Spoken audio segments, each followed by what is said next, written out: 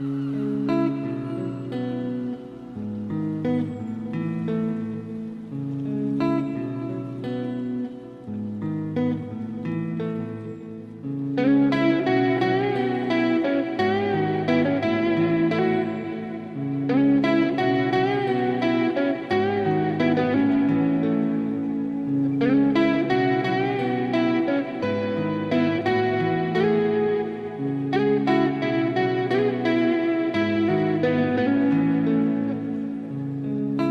face above the water, my feet can touch the ground, and it feels like... Muito boa noite a todos. Eu sou Martim Cabral, aluno do 8º ano da EP dos 3 de Marinhais e membro do Clube do Mar, Escola Azul do Agrupamento de Escolas de Marinhais. Hoje, junto com a minha colega Beatriz, seremos os anfitriões deste nosso primeiro encontro online, deste segundo ano de vida do nosso Clube do Mar, Escola Azul. Muito boa noite, eu sou Beatriz Apolinário, aluna do nono ano e membro do Clube do Mar, Escola Azul do Agrupamento de Escolas de Marinhais. À semelhança do ano letivo anterior, onde em vários encontros online recebemos abraços em direto dos Açores, Cabo Verde, Madeira e mesmo da Polinésia Francesa, neste último arquipélago com o nosso amigo e parceiro Norberto Serpa, que se encontra a dar a volta ao mundo de veleiro. Este ano também pretendemos, através destes webinars, criar condições para que o oceano banhe cada um dos nossos corações, tal como banha todas as ilhas e continentes, abraçando todos os povos e nações. O que eu faço é uma gota no meio de um oceano, mas sem ela o oceano será menor. Madre Teresa de Calcutá. Todos nós somos ilhas. A amizade é o mar que nos une. Natália Correia. É urgente cada um de nós fazer diferença. É urgente unirmos pelo nosso oceano. Hoje é um dia muito especial, pois comemora-se o Dia Nacional do Mar. O dia tornou-se ainda mais especial, pois temos connosco alguém que vive com o mar no seu coração e uma das mais conhecidas jovens a nível nacional e internacional, a abraçar uma das maiores causas da humanidade, a recuperação, a proteção e a conservação do nosso oceano. Hoje temos connosco a doutora Eugénia Barroca. É consultora da Sustainable Ocean Alliance, SOA, representante da lusofonia e da Europa e cofundadora do Ocean Up Portugal, da SOA. Embaixadora da Escola Azul, foi, em 2019 e 2020, jovem embaixadora do Atlântico Portugal no Anchor. Em 2021, foi consultora científica da organização Moscos, na realização da série documental Rios Urbanos. Tem tido um percurso ativo em vários projetos de voluntariado ambiental, em organizações nacionais e internacionais. É membro alumni da organização World Ocean Day Advisory Council e licenciada em Biologia pela Universidade do Algarve. Neste nosso encontro online, intitulado Pensamento Sistémico Aplicado ao Oceano, a doutora Eugénia Barroca começará por fazer uma breve apresentação da Sustainable Ocean Alliance e do Ocean Hub Portugal, levando-nos de seguida a fazer um mergulho de exploração de conceitos com destino à compreensão das interconectividades que existem entre a nossa saúde e a saúde do oceano, pelas linhas do pensamento sistémico. O nosso webinar terá aproximadamente 1 hora, havendo após o mergulho com a doutora Eugénia Barroca, um momento de 15 minutos para os participantes poderem colocar questões. Antes de passar a palavra à doutora Eugénia, temos connosco a senhora diretora do Agrupamento de Escolas Marinhais, professora Isidora Saramago. Também ela é uma amante do mar e do nosso clube. Começamos por passar-lhe a palavra. Muito obrigada. Boa noite a todos. Desde já agradecer mais uma vez a oportunidade que me dão sempre de participar nos vossos webinars e em todos os eventos que este clube me tem convidado e onde eu posso participar. Este é mais um com um tema interessantíssimo e com uma excelente convidada que temos a oportunidade de ouvir. E vamos ter a oportunidade de ter a sua partilha do seu conhecimento. Também ela é uma amante do mar, assim como eu. Estudo também na mesma universidade que eu, na Universidade do Algarve. Uma universidade virada para os cursos da Biologia Marinha, e que tem sempre também muitos estágios neste âmbito. Com muito gosto que a recebemos e que a vamos aqui ouvir, e é um orgulho enorme que o Clube do Mar consiga trazer até nós pessoas como ela, porque nem sempre é fácil, são pessoas muito requisitadas. Como o professor Rui já nos tinha dito, hoje de manhã, a doutora Eugénia esteve por uma boa causa e ela vai partilhar connosco esse momento e vamos todos saber onde é que esteve e porquê é que esteve. E vamos todos, de certeza, assinar essa petição. Vou então, mais uma vez, agradecer o convite que me endereçaram e passar a palavra então à doutora Eugénia Barroca, muito agradecemos a sua presença. Muito obrigada, doutora Isidora, e muito obrigada, Martim e Beatriz, e a todos os envolvidos na organização deste webinar e também na criação e manutenção do próprio Clube do Mar, que acho que estão todos de parabéns pelo trabalho que já têm feito na vossa comunidade. E obrigada mesmo pelo convite e por estar aqui hoje a falar convosco.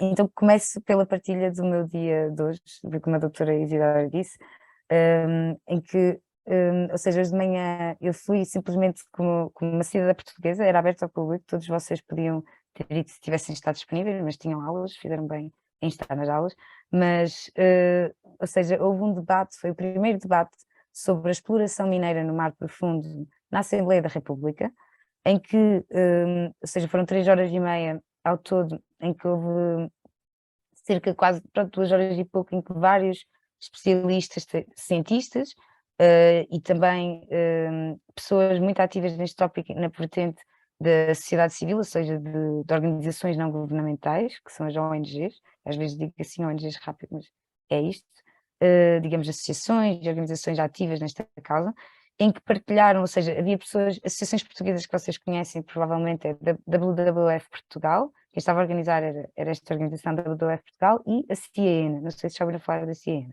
Também, se não, acho que também devem seguir o trabalho, que é uma associação portuguesa também com um trabalho muito bom na proteção dos oceanos. Mas depois, nos palestrantes, tinha também a diretora da Seas at Risk, que é uma ONG que já atua mais ao nível europeu, e depois da Deep Sea Conservation Coalition, que é uma DSCC, a sigla, e esta organização atua já a nível global. Pronto, estou-vos assim a fazer um resumo de quem é que partilhou em termos de conhecimento, e depois havia uma professora da Universidade dos Açores, que eu ouvi dizer que alguns de vocês foram aos Açores há pouco tempo, e tinha lá uma professora da Universidade a partilhar a vertente dos impactos científicos. Ou seja, não sei se já ouviram falar disto, da exploração mineira no mar profundo, mas se não, peço-vos para agora prestarem atenção e também passarem esta palavra a todos os vossos amigos, aos vossos familiares e pronto, a todas as pessoas que estiverem dispostas a ouvir. Porque ainda, nós até agora temos estado nós, espécie humana, temos estado com um comportamento de exploração e extração ao máximo dos recursos do nosso planeta. Todos nós já temos consciência que estamos a chegar a um limite, certo? Já chegámos, pronto, estamos a chegar a um limite ainda mais grave, mas já chegámos a certos limites que já tinham sido avisados pela ciência, já os ultrapassámos, e em vez de estarmos a mudar os nossos comportamentos e modos de gestão dos nossos recursos do nosso planeta, há coisas que infelizmente parece que está a haver uma tendência de se manter, e é aí que esta luta entra, ou seja, a exploração mineira no mar profundo é uma atividade que ainda não existe, mas que há empresas e alguns países, mas especialmente empresas, que têm muito interesse em começar, em que usam os argumentos em que a necessidade para termos estes minerais raros é para serem inseridos nas baterias, por exemplo, dos carros elétricos, dos nossos computadores, dos nossos telemóveis, de todos os aparelhos, equipamentos eletrónicos e, por exemplo, até das eólicas, que é energia renovável, mas tudo o que é elétrico necessita de baterias e até o dia de hoje as baterias ainda têm componentes desses minerais raros, que não são renováveis também, são recursos também limitados, não é? Em que sabemos quais são as reservas totais do planeta e se as usarmos todas também vão chegar a um fim. Ou seja, não há sustentabilidade em continuarmos a usar esse tipo de recursos, não é? Porque temos que começar a optar por matérias-primas que nós sabemos que há capacidade de renovação. E em primeiro lugar, o mar profundo é o maior ecossistema do nosso planeta. Ou seja, o mar profundo é a partir dos 200 metros de profundidade na coluna d'água, tudo isso até ao fundo marinho, incluindo os fundos marinhos, é o mar profundo. E vocês já tiveram alguma noção da dimensão do planeta, do oceano no nosso planeta, não é? 90% do nosso planeta é oceano e 71% da superfície, por isso, nesta grande dimensão, o mar profundo acaba por ocupar grande parte do oceano em si. E é o ecossistema que nós conhecemos menos. Nós temos mais conhecimento da superfície da Lua e da Lua em si do que do mar profundo na nossa própria casa, não é? No nosso próprio planeta Terra. E isto é todo um jogo dos diferentes investimentos que têm sido feitos e as prioridades que têm sido tidas em termos de humanidade, não é? Porque os resultados acabam por vir destas escolhas conjuntas que todos nós fazemos, seja no nosso dia-a-dia, seja depois de falarmos com os nossos decisores políticos, seja nos produtos que compramos, nas empresas a quais damos sucesso, todo este ciclo de poder que todos nós na verdade temos, mas temos este poder cívico, por exemplo, que foi o que eu fui fazer hoje. Eu hoje fui simplesmente assistir, estavam deputados a ouvir, não é deputados, representantes parlamentares, ou seja, representantes dos diferentes partidos, havia alguns deputados, mas nem todos eram, dos diferentes partidos políticos, estavam a ouvir estes especialistas para compreenderem o impacto da exploração mineira no mar profundo, quais eram ou seja, nós estamos a pedir uma moratória em relação a essa atividade, quer dizer que haja uma pausa, que não se avance, que não se comece com essa atividade, enquanto, ponto número 1, não temos o conhecimento científico sequer sobre os ecossistemas que podemos danificar, ponto número 2, enquanto não compreendemos totalmente todos os impactos que essa atividade possa ter. E que essa moratória só seja levantada, ou seja, essa atividade só seja executada e só avance, se compreender que não vai haver impactos ambientais catastróficos, que é o que a ciência já indica que vai haver, e eu posso explicar muito rapidamente. Vocês já devem ter ouvido falar muito da crise climática, não é? E do aquecimento global, estamos com um excesso de dióxido de carbono na atmosfera. Então, o oceano, eu agora já estou aqui a mostrar coisas da minha apresentação. Eu acho que isto é só porque estou a falar hoje de manhã. Então, eu se calhar vou guardar isto para daqui a bocado, que eu vou partilhar o ecrã. E acho que já vos explico isto em mais detalhe com imagens, que é melhor. Mas isto para dizer só isto, ou seja, estamos todos a lutar da sociedade civil para proteger o mar profundo, porque, para se dar prioridade à ciência e ao conhecimento e não à exploração que pode danificar aquilo que nem sequer conhecemos, ou seja, podem morrer espécies que ainda nem sequer foram descobertas pela ciência. E é no fundo este apelo que eu vos faço, e eu vou deixar aqui no chat o link da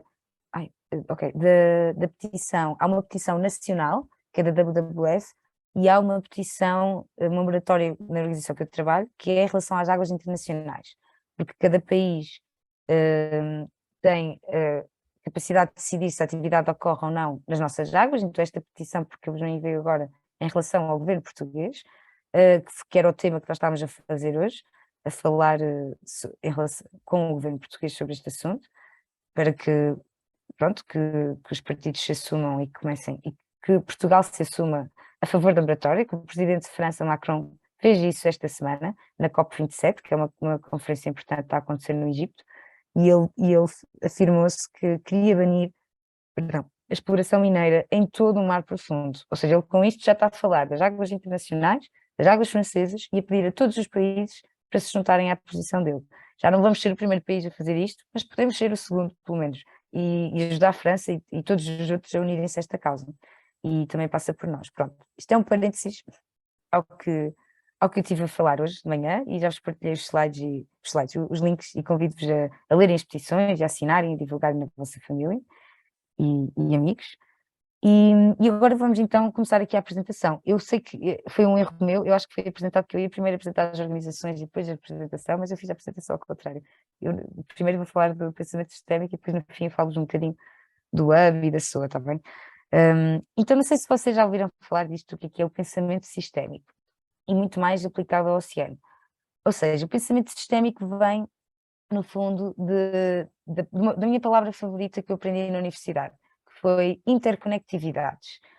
Não sei se já ouviram falar desta palavra também, mas a ciência revela cada vez mais que tudo está interconectado realmente, seja biológico ou fisicamente, há uma interconexão a nível dos diferentes habitats, das diferentes espécies, diferentes no ecossistema, e depois até a nível planetário e interplanetário. Somos parte de diferentes sistemas e todas as reações que ocorrem em cada lugar e têm consequências para lá da área em que nós podemos às vezes ter consciência de conseguir alcançar com a nossa visão. Então, começamos por a nossa saúde e o nosso bem-estar estão conectados ao oceano. Está aqui um exemplo. Quero-vos fazer um parênteses que esta apresentação foi feita em conjunto por 4 líderes do Oceana Portugal, em que nem todas são líderes ainda, depois no fim vou explicar, quando nós demos o nosso primeiro curso online que se chamou Caravela. Fizemos 2 cursos, Caravela e o Bússola, e o Caravela foi focado na literacia do oceano, ou seja, em educar. Ou seja, os slides que estão aqui, e esta apresentação foi feita em conjunto, já há uns tempos, foi sendo adaptada por toda a equipa de jovens, ou seja, não fui só eu, apesar de eu agora estar a comunicar. Então, este livro que a Beatriz Vinha, que é uma cientista do mar profundo, que anda com os rovos, que são aquelas máquinas do mar profundo, ela gosta muito deste livro, por isso é que ela falou, no sentido em que este livro foi revolucionário na história, em que trouxe essa perspectiva de realmente os impactos que a natureza tem em nós e que nós temos no ambiente, à nossa volta. E era uma recomendação nisso, no sentido em que foi esta perspectiva pioneira na altura em termos literários. E como é que nós beneficiamos, então, como é que a nossa saúde beneficia também da saúde dos ecossistemas? Através dos serviços ecossistémicos, ou seja, os próprios ecossistemas prestam-nos serviços a nós, sem nós, às vezes, nós podemos nunca sequer saber, se ninguém nos ensinar, hoje vocês estão aqui a aprender, mas estamos sempre a usufruir desses serviços. E o que é que são esses serviços? Por exemplo, se temos ecossistemas costeiros saudáveis, por exemplo, aqui em Portugal, as dunas, as pradarias marinhas, as florestas de kelp, que são as que nós temos especificamente nós na nossa costa, mas há outros países que têm mangais, não sei se já viram, eu adoro essas árvores, são árvores assim na zona costeira com as raízes fora d'água, ou pronto, há inúmeros outros ecossistemas, dependendo da região do mundo, mas que esses ecossistemas na costa de um país provocam-nos proteção das tempestades, porque quando há uma tempestade, em vez de ter impactos destrutivos nas comunidades costeiras, havendo primeiro esse ecossistema que já lá estava, antes de nós humanos queremos fazer muita construção, esses ecossistemas vão ter um efeito protetor também no nosso bem-estar e nas nossas casas, nos nossos negócios. Tem-se cada vez mais descoberto e o mar profundo que eu mencionei é então, tem sido chave, o pouco que sabemos, já tem descoberto organismos que têm capacidades bioquímicas, não é? Químicas, biológicas, que para fazer produtos que revolucionam a medicina humana, curas para diversas doenças. Aliás, uma substância usada, acho que na vacina mesmo para a Covid-19, advém de um organismo marinho, por isso, ou seja, imaginem, se nós conhecemos, por exemplo, do mar profundo, que é a maior parte do oceano, conhecemos, há muitas percentagens, mas vamos dizer aqui menos de 10%, pronto, mas há quem diga menos de 1%, há quem diga menos de 2%, há quem diga menos de 10%, há quem diga menos de 20%, mas pronto, ficam assim com todos os dados. A verdade é que temos de saber mais, depende da perspectiva, mas de pouco que nós conhecemos, já descobrimos soluções e para a nossa própria saúde revolucionárias, por isso ainda muitas mais, um oceano de outras soluções estão por descobrir, mas isso só com a ciência é que nós podemos chegar lá. Além disso, por exemplo, oportunidades recreativas. Quem é que aqui não gosta de ir para a praia, dar mergulhos no mar, ou até fazer surf, ou bodyboard, ou snorkel, ou um mergulho de garrafa, não sei se algum de vocês já faz, eu só fiz mais velha. Pronto, mas, ou até vela, ou windsurf, pronto, ou remo, que é nos rios, mas pronto, mas no fundo, todas estas atividades, ou canoagem, pronto, todas estas atividades recreativas são momentos em que nós próprios usufruímos e ganhamos bem-estar mental e físico, certo? Porque temos aquela conexão com o oceano, com a natureza, e além disso estamos a respirar diretamente o oxigênio que as diatomáceas, não sei se sabem o que são, um dos organismos fitoplâncton, que, ou seja, eles são unicelulares, muito pequeninos, mas têm uma carapaça de sílica, em que, por exemplo, é essencial que o vento do Saara leve a sílica do Saara. O Saara é um deserto que fica no norte da África, e é essencial que os ventos fortes lá levem essas areias com sílica para o Oceano Atlântico, e que essa sílica depois vai ser incorporada pelas diatomáceas, porque elas têm sílica na sua carapaça, em que vista a microscópio elas têm assim uns espetozinhos, que são quase parecidas com o símbolo do vírus, mas são muito mais bonitas, pronto. E é dos organismos do fitoplâncton que mais oxigênio produz no próprio oceano, e isso é outro dos serviços que nós temos, além de que, por exemplo, comida. Milhões de pessoas no mundo estão diretamente dependentes de se alimentarem do mar, e um fundamental, que era o que eu ia falar também há pouco, é o oceano é o regulador do nosso clima, ou seja, é quem absorve o calor que está na atmosfera e quem absorve o dióxido de carbono que nós temos emitido cada vez mais, em mais quantidade e mais rápido. O que é que acontece? E depois, com todos os processos biológicos que há dentro do oceano, esse carbono vai descendo pela coluna d'água até que chega ao fundo do mar e é armazenado nos sedimentos no fundo do mar. Ao fazermos a exploração mineira no mar profundo, vamos remexer esses fundos e libertar o carbono que foi acumulado nos últimos milhões de anos. E se nós já estamos numa situação drástica, numa crise climática, fazer isso só vai piorar drasticamente a nossa situação, porque vai-se libertar esse carbono, vão-se criar plumas de sedimentos que vão percorrer toda a coluna d'água, e à medida que essa nuvem de areia, né, plumas de sedimentos, essa nuvem de areia passa pela coluna d'água, vai matar todos os organismos, né, por onde passa, não é? Mas a maior parte deles, dos estudos científicos que já foram possíveis ser feitos, mata corais, mata imensos organismos e todos aqueles que nós ainda nem conhecemos. Vai haver imensa poluição sonora, em termos de ruído. Eu não sei se vocês sabem, mas o som viaja 5 vezes mais rápido na água do que no ar. Por isso é que há umas boas décadas, os cetáceos, as baleias, algumas baleias, elas conseguiam comunicar, já viram isto, da Islândia para, por exemplo, ali quase para Moçambique, por exemplo, ou para a Patagónia, mas é do norte do Oceano Atlântico para o sul e quase às vezes já no Índico, também no Pacífico, pronto. Eram extensões gigantes. Hoje em dia elas já não conseguem comunicar assim, porque nós temos o quê? Muito tráfego marinho, tráfego, desculpem. Em inglês é traffic. Então, muitos barcos, ou seja, muitos barcos, não sei se já viram esses sites, em que dá para ver imensos barcos ao mesmo tempo no mar, e todo esse ruído dos motores poluentes, porque são combustíveis fósseis, impede também as comunicações destes organismos, por exemplo, mas certeza que se a ciência evoluir, vamos perceber que afeta muitos mais organismos além destes. Mas isto para dizer que o próprio ruído das máquinas da exploração mineira também vai afetar ainda mais, porque vão ser atividades que vão estar a acontecer 24 sobre 24 horas, como não é em terra, as pessoas não têm de dormir, porque são máquinas, não é? Então está sobre 24 sobre 24 horas e vai ter um impacto drástico e catastrófico em termos da poluição sonora em todos os organismos marinhos. Pronto, isto são só alguns relativo àquilo que eu fui fazer hoje de manhã, ainda aqui a fazer parênteses. Mas, continuando, então, vocês já estudaram também isto, o ciclo da água, certo?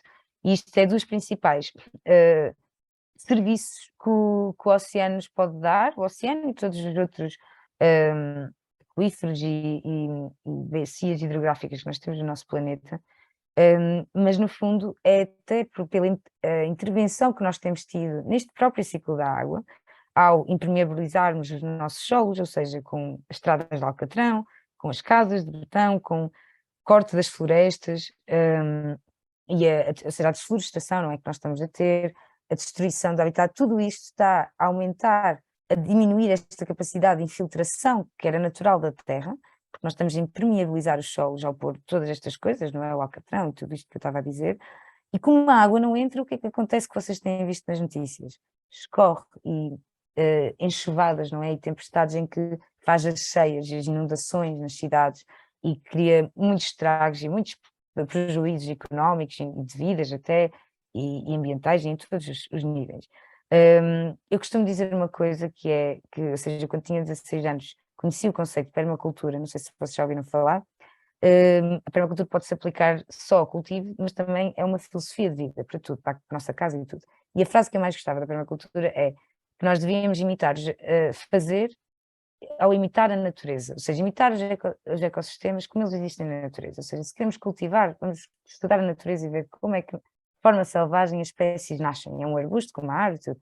E até em termos de nossa construção e ordenamento de território, também temos em conta quais são os ciclos naturais, e por isso é que eu estou a trazer isto. Se isto é o ciclo da água, nós na nossa atividade humana temos de respeitar este ciclo, porque nós próprios vivemos, graças a este ciclo da água, correr de forma equilibrada, e todos os momentos em que nós intervimos e cortamos uma das partes do ciclo, deixa de ser um ciclo, fica mais moldado àquilo que nós humanos gostamos de fazer, que é sistemas lineares, e que temos visto que não são funcionais, e acabamos por sofrer também nós as consequências, em conjunto com muitas outras espécies. Como eu tinha mencionado antes aqui na introdução, 70% da superfície do planeta é oceano e mais de 50% do oxigênio do planeta vem do oceano. Por exemplo, estava a mencionar há bocado em específico as diatomáceas, não é? Que é uma espécie em específico. Só que o problema é que o oceano tem-nos dado, sem nós sequer valorizarmos, sem dizermos obrigada, muitas vezes. E o que é que nós temos feito? Destruindo habitats, matando espécies. Todos estes problemas são fatores de stress que o oceano está a sofrer agora. Eu não sei se vocês conhecem todos estes termos. Eu vou tentar explicar assim de forma simples, pelo menos alguns. Então, principalmente, por exemplo, a acidificação do oceano. Eu não sei se vocês já aprenderam isso na escola, mas o que é que isto quer dizer? Se o oceano está a acidificar, felizmente ainda não está ácido, senão a maior parte da vida marinha que nós conhecíamos não existia. Mas o pH da água do mar, vocês já estudaram o pH é exatamente o número que revela o nível de acidez da água do mar. E o pH da água do mar era por volta dos 9,8. E o que tem acontecido nas últimas décadas é que esse valor está a descer. Tem valores diferentes em diferentes regiões do mundo, mas globalmente e nas diferentes regiões está a descer a nível decimal ainda, ou seja, ainda não está a menos de 9, não sei se há sítios que até já não está, mas pronto, do conhecimento que eu tenho, acho que ainda não passou drasticamente na parte de unidades, ainda está nas descidas decimais, mas estas mudanças decimais têm impactos de uma dimensão gigante nos organismos marinhos que vivem, em que o oceano é a sua casa. Ou seja, dando um exemplo desses impactos. Por exemplo, eu lembro-me que na minha infância eu ia à praia e eu lembro que gostava de andar na areia e apanhar búzios e conchas. Eu, depois de ter estudado biologia marinha, já não digo búzios, digo gastrópodes. Não sei se vocês já ouviram falar, mas é a mesma família, só que é só o nome científico. Pronto. Mas os búzios, eu vejo, porque eu agora não sou mãe, mas sou tia e tenho 5 sobrinhos mais novos e acompanho a infância deles, que são mais novos que vocês, e quando eu vou à praia com eles, eles não encontram. Primeiro, encontram muito menos búzios do que eu encontrava na minha altura, e segundo, encontram muito mais lixo, que eu na altura não encontrava lixo, encontrava búzios, e agora encontram lixo e não encontram búzios. E porquê é que, por exemplo, não encontra-se tantos búzios nem tantas conchas? Estes são os organismos que sofrem logo o impacto direto da acidificação do oceano. Porque se o pH está mais ácido, que é o que está a acontecer, um bocadinho mais baixo, estes organismos estão no início do seu desenvolvimento e ainda nem sequer têm a concha, não é? Porque eles desenvolvem primeiro, digamos assim, algo muito pequenino, um organismo muito pequenininho, e depois é que eles vão desenvolver a sua própria concha, que nós vemos, ou seja, eles precisam de muito carbonato de cálcio, que é o constituinte das conchas. E com o excesso de dióxido de carbono que há na água do mar e o pH mais baixo, o carbonato de cálcio não se consegue formar. Isto vão aprender mais tarde em química, provavelmente. Mas o carbonato de cálcio não consegue formar-se, então eles nem conseguem formar as suas conchas e acabam por, muitas vezes, morrer logo nesse início da sua vida. E por isso é que temos cada vez menos búzios, cada vez menos gastrópodes, além de serem sensíveis a este tópico, também, este ponto, também são muito sensíveis à poluição. E nós temos feito imensa poluição, por exemplo, isto da eutrofização. Não sei se já ouviram falar, em que a eutrofização acontece quando há excesso de nutrientes. E pensem, na natureza lá está, nada se perde, tudo se transforma, certo? E então, tudo aquilo que são, por exemplo, fezes, não é? Ou dejetos de alguma espécie, normalmente é adubo ou alimento de outras espécies ou há, exato, de outras espécies, sejam não consumidoras, mas, por exemplo, de compositores, não é? Como os cogumelos, sejam outro tipo de espécies. E é transformado para poder-se voltar a inserir no ciclo da vida da matéria orgânica.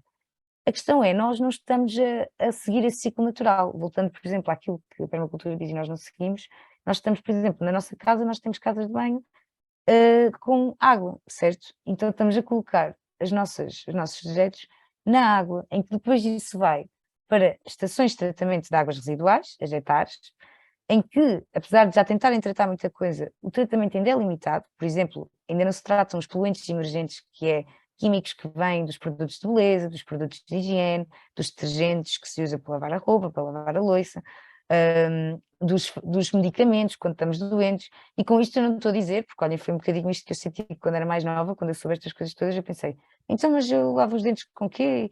Com que eu lavo a roupa e como é que se lava a louça? Pronto, não estou a dizer, não é para pararem de fazer essas coisas, é para se procurar soluções e alternativas, e elas já existem, digo-vos que quando eu era mais nova havia menos no mercado, agora há muitas mais opções e mais acessíveis, e até lojas de granel em que escusamos de estar a comprar embalagens consecutivamente, e já há marcas que têm a atenção de não ter esses produtos químicos.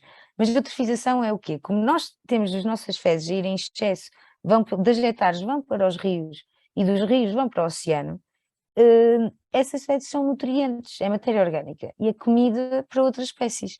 E como nós somos cada vez mais humanos e estamos a enviar para as águas, em vez de, por exemplo, para a terra, para ter o processo de composição que era necessário, acontece que estamos a criar um excesso de nutrientes, não é? Quando o esgoto se liberta para o oceano, para o rio, há ali um excesso de nutrientes, os peixes vêm todos, chamam os amigos, os primos, os tios, a família, e vão todos ali, os peixes, as algas, todos os organismos, não é só os peixes, todos os organismos aquáticos e marinhos, e começam a comer e a multiplicar-se, a comer e a multiplicar-se, o que é que acontece? Ficam tantos animais na mesma zona, e estava tantos nutrientes que eles consomem todo o oxigênio que há naquela zona. E de um boom que era muita comida e muita vida, de repente acaba o oxigênio, há excesso de fezes destes animais, acaba a luz de entrada na coluna d'água e de repente há até uma morte, não é, dos organismos acelerada muitas vezes, porque deixa de haver oxigênio, luz, e fica uma zona anóxina e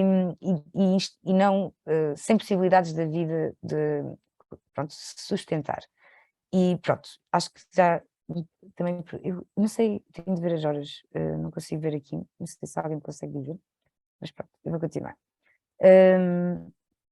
Aqui o bottom-up, top-down, queria-vos dar estes conceitos, isto são científicos e são gráficos de artigos científicos até, têm sempre aqui as referências, isso é algo que, por exemplo, um curso científico ensina, é para basear-nos, é ótima comunicação que nós temos, por exemplo, ler jornais e ver televisão, claro que isso é bom se falar destes problemas, mas tenham sempre um pensamento crítico, tenham sempre a vossa opinião, e quando têm mesmo dúvidas e querem saber mesmo a verdade, vão ler vários artigos científicos sobre o assunto, porque aí é que realmente as coisas foram testadas, com metodologias comparadas e revisadas, e dessa forma, obrigado, e dessa forma pode ser melhorar. E aqui o bottom-up, top-down é só explicar-vos como é que funcionam as coisas no oceano, que é a teoria bottom-up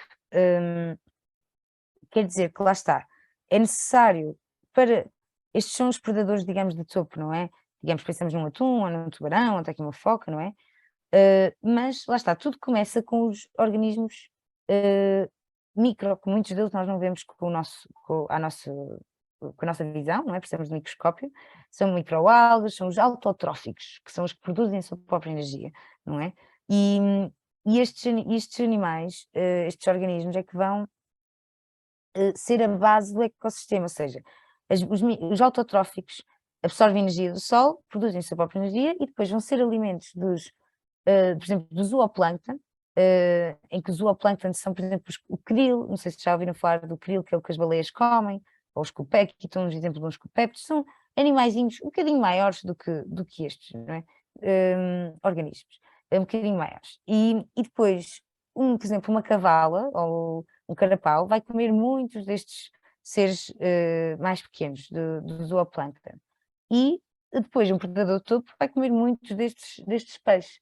Tanto que até há um processo que eu vou passar à frente, mas eu estou a ver que estou a demorar muito tempo, então vou falar já, que é a bioamplificação, que quer dizer que se o ambiente está poluído, ou seja, se há contaminantes aqui, as microalgas vão absorver esses contaminantes e vem um copépode que come muitas microalgas e vai ter uma concentração desse contaminante, desse poluente superior no seu organismo, e vem uma cavala e come muitos copépes e vai ter uma concentração no seu corpo superior, e um atum come 20 cavalas, ou seja, o que for, e vai ter uma concentração muito superior. E nós humanos vamos comer um predador de topo, vamos absorver uma concentração dos poluentes, seja chumbo, ou cádmio, ou tudo mais, muito superior àquela que até estava na própria água do mar.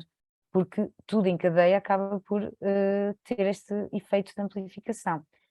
E o top-down é o inverso, em que realmente, por exemplo, nós humanos temos pescado em excesso os predadores de topo, por exemplo, o atum, como eu estava a falar, está em vias de extinção.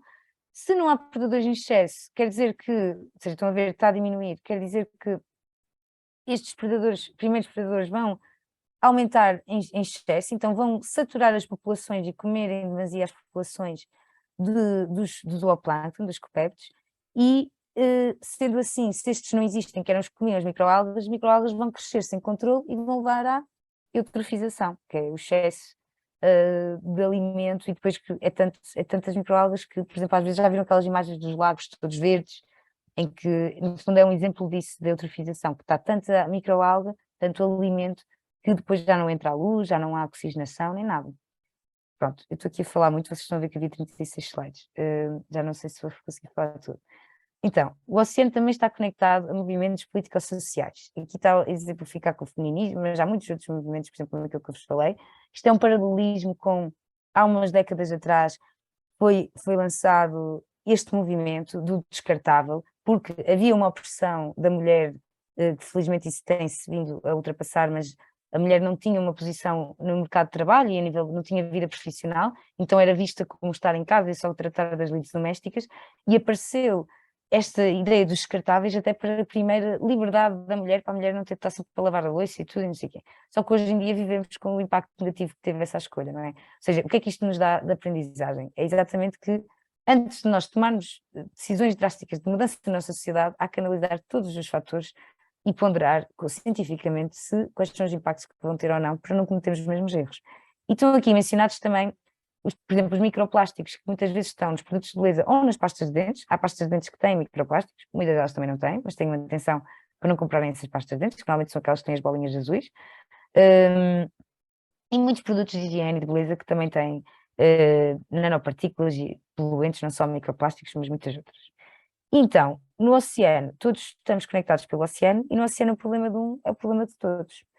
E temos aqui um exemplo disso que é, por exemplo, não sei se já viram este tipo de notícias, por exemplo, isto foi num cargueiro, daqueles navios grandes de carga, não é, de transportes de mercadorias, caiu um contentor com sapatilhas da Nike, há sapatilhas da Nike pelo oceano inteiro, pelas diferentes partes do mundo. O mesmo aconteceu com os patinhos uma vez, e felizmente com tanta coisa, mas aqui está o exemplo destas sapatilhas da Nike, em que, não sei se já estudaram, mas no centro de cada hemisfério de um oceano, ou seja, no Atlântico Norte há um giro oceânico, que é um ciclo de correntes que tem uma certa direção, e depois no Atlântico Sul há o outro, e no Pacífico igual. E o que acontece? Estas correntes, que eram naturais, como nós estamos a pôr tanto lixo no oceano, elas estão a acabar por acumular os resíduos nesses locais, e nós hoje em dia temos, além destes continentes que nós estudamos em geografia, temos mais 5 continentes de plástico, não é? Em que há um jovem que começou com uma solução, que é de Ocean Cleanup, e está a tentar limpar isso tudo, que muita gente lhe dizia que era demasiado ambicioso, ele está a conseguir. Por isso, no oceano o problema de um é um problema de outros, porque tudo está conectado. Através deste ciclo de água que eu vos falei, e através, por exemplo, destes contaminantes que eu já vos tinha explicado. Eu acho que já expliquei estas coisas anteriormente, por isso não tenho de entrar aqui em grande detalhe, porque já vos tinha explicado.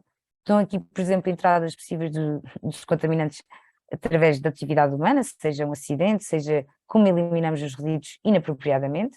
Eu costumo dizer uma coisa, que é, nós somos a geração que vamos deixar de ter a palavra lixo. Nós, na nossa geração e na nossa escala de vida, nós vamos perceber que tudo o que se chama até agora de lixo é matéria-prima para outro produto, e tem que ter uma segunda vida, porque lá está, nada se perde, tudo se transforma.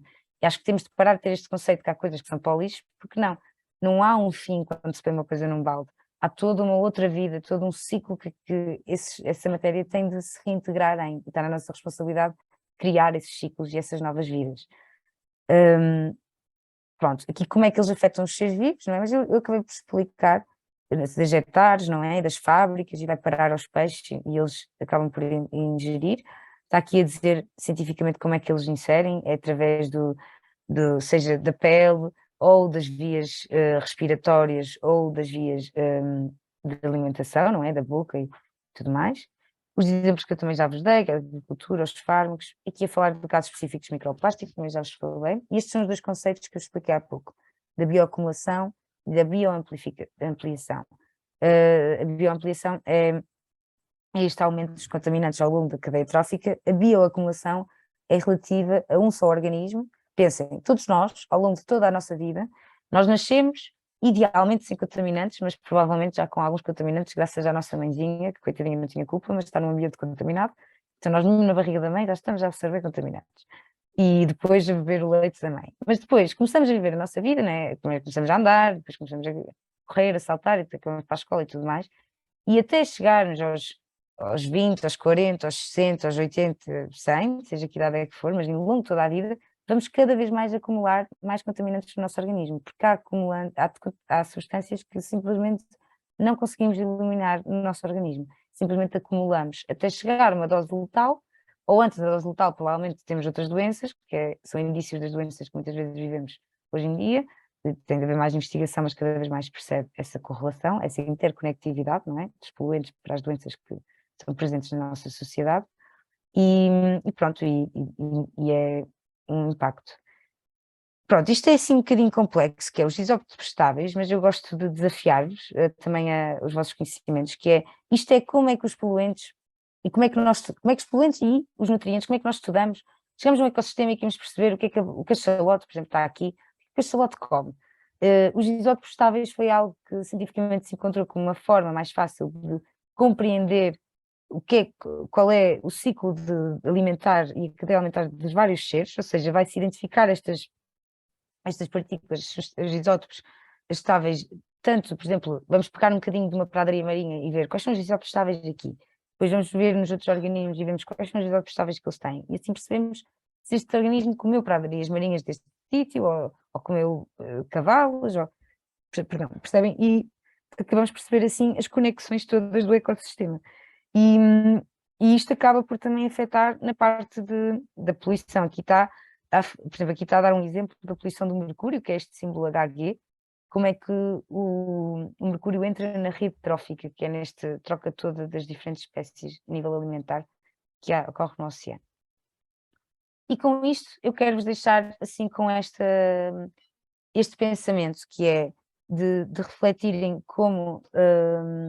está aqui um desenho, não sei se estava, mas refletirem realmente como nas interconexões, ou seja, o pensamento sistémico é exatamente isto, é nós termos uma visão global do todo, de todas as partes, ou seja, no que toca a nós humanos, compreendermos quais são, porque salvar o oceano pode começar também em nossa casa, também de muitas outras formas, mas também em nossa casa em relação aos produtos que nós permitimos que vão pelos esgotos, às escolhas alimentares que fazemos, tendo em conta a origem, a produção e a sua sustentabilidade, e depois até em termos cívicos, se nós formos cidadãos ativos e participarmos e dermos a nossa opinião e lutarmos em conjunto, unidos pelas nossas ideias, com fundamentos científicos, para tentar realmente melhorar coisas que já são muito melhor do que foram no passado, mas que ainda precisam de melhoria e de uma gestão mais eficaz, sejam as hectares, como eu falei, sejam, por exemplo, até as nossas casas, até as nossas cidades, e tudo aquilo que nós precisamos de renovar e restaurar, especialmente sendo os ecossistemas. E quero-vos deixar com esta linha que a ideia de pode ser uma solução para todos, e que cada um de vocês pense qual é que é a vossa solução para o oceano. Acho que se todos nós aqui dermos asa à nossa criatividade e pensarmos, eu falei-vos aqui de tantos problemas, não é? Foquem-se num, ou foquem-se num, sem ser o que eu falei, num que vocês já conhecem, contactem, e dediquem-se assim a refletir. E escrevam, façam esquemas, diagramas, discutem com os pais, com os amigos, com os professores, com todos que estejam perto de vocês que vos querem ajudar também, para terem mais ideias, vão ler, buscar bibliografia, ou seja, ver outras fontes, outros projetos, seja ler revistas, seja ler livros, artigos científicos, ver documentários ou filmes, seja o que vocês também preferirem, mas tenham sempre um espírito crítico também a tudo o que ouvem, e sejam vocês também os criadores e os líderes da mudança que nós precisamos. É no fundo esta mensagem que eu vos queria passar. E acho que já conhecem esta imagem também, pronto, da sarjeta. Há um parênteses que convém que sempre que as tintas sejam biodegradáveis, senão se começa-se também aqui a poluir os esgotos, se a tinta for tóxica, mas é sempre uma mensagem poderosa e que é importante. Pronto, isto era no fundo o conhecimento que eu vos tinha a passar, e agora assim uma apresentação deste grupo de jovens que eu fui cofundadora e que fui presidente, e agora já nem sou líder, muito recentemente deixei de ser líder e sou só um membro voluntário, porque tenho cada vez menos disponibilidade, ou seja, ser membro voluntário quer dizer que apoio pontualmente. Quando era líder tinha de apoiar tudo sempre, e agora é pontualmente. Então está aqui, ou seja, eu cofundei, eu estou aqui nesta imagem, isto foi quando eu estive como jovem embaixadora do Atlântico, estava a representar Portugal, tenho aqui a bandeira de Portugal e estão aqui jovens de diferentes países.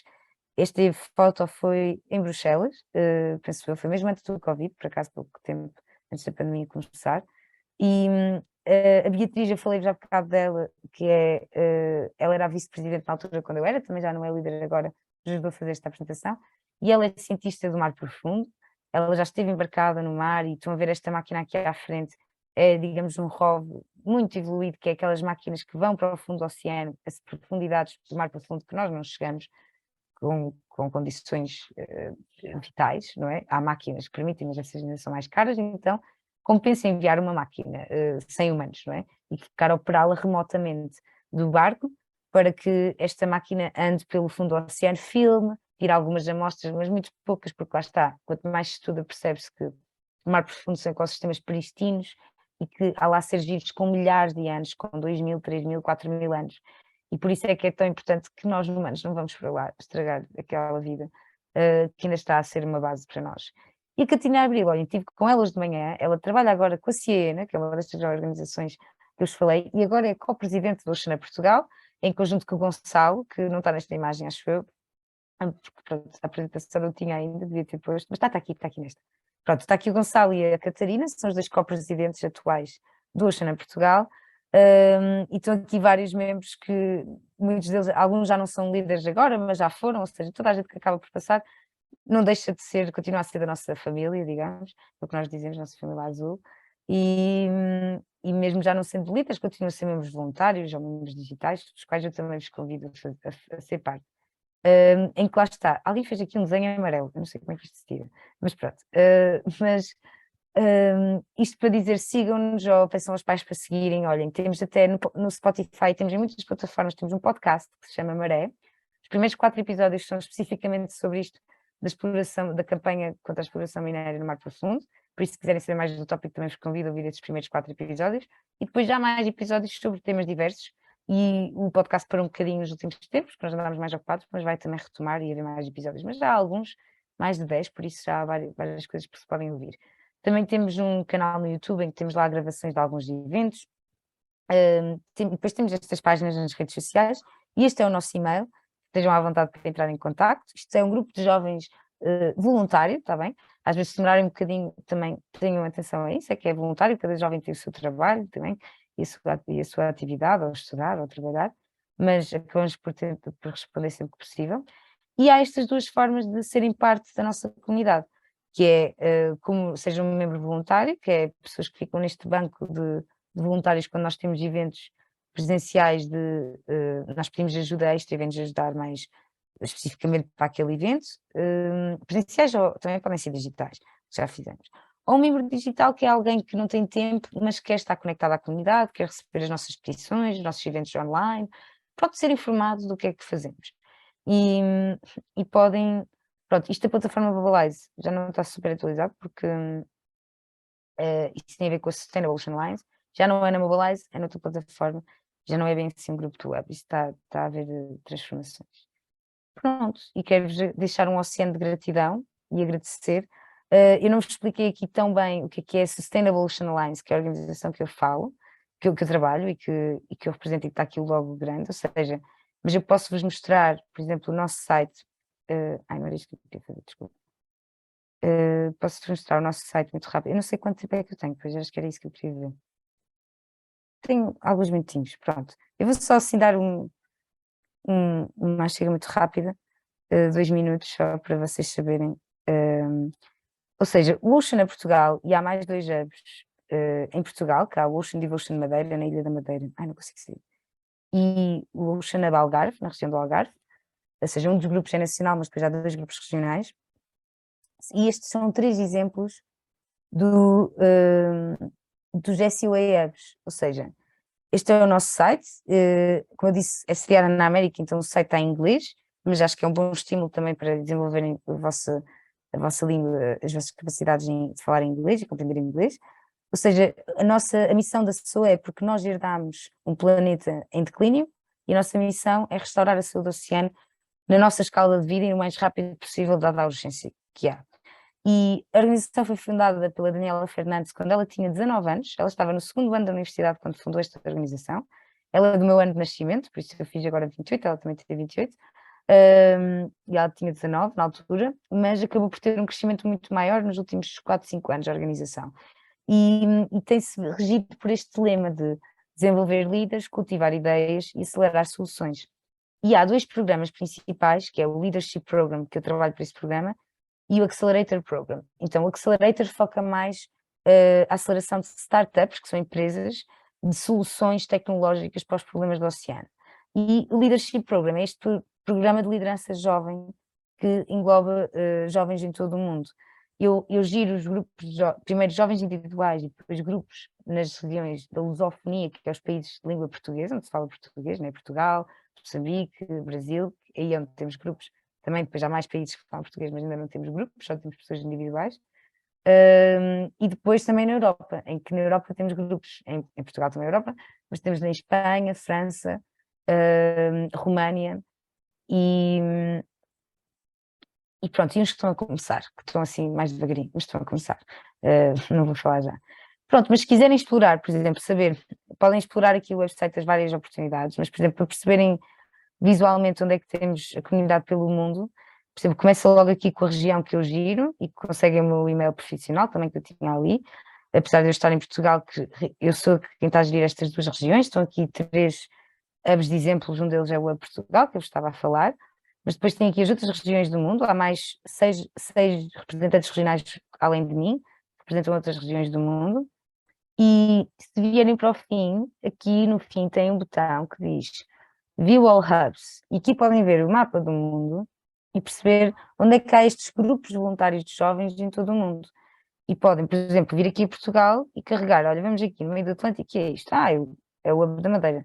E aqui chegam à página deste Hub da Madeira, é uma página da SOA, tem aqui um pequeno resumo em inglês, e depois têm acesso à página de Instagram deles e ao e-mail deles, em que podem entrar em contacto e tudo mais. Pronto, só assim para terem um resuminho do que fazemos, mas fazemos muito mais coisas, fazemos também estas campanhas políticas e tentamos dar uma voz aos jovens e no contacto com os governos, esta aceleração de soluções dos empreendedores do oceano, ou seja, estamos a procurar criar esta comunidade global, no fundo, de líderes na mudança que realmente o planeta tanto nos pede, não é? E agora estou aqui a fazer este apelo para todos vocês, e também tenho um parênteses aqui a dizer, eu estudei Biologia Marinha, mas esta missão não é só para os biólogos marinhos, nem só para os geólogos ou para os oceanógrafos, este trabalho é para todas as profissões, e se vocês querem ser jornalistas, farmacêuticos, médicos, advogados, seja qual for a vossa profissão, a sustentabilidade pode estar na base da vossa ação, percebem? E o respeito ao oceano, o respeito aos ecossistemas e tudo.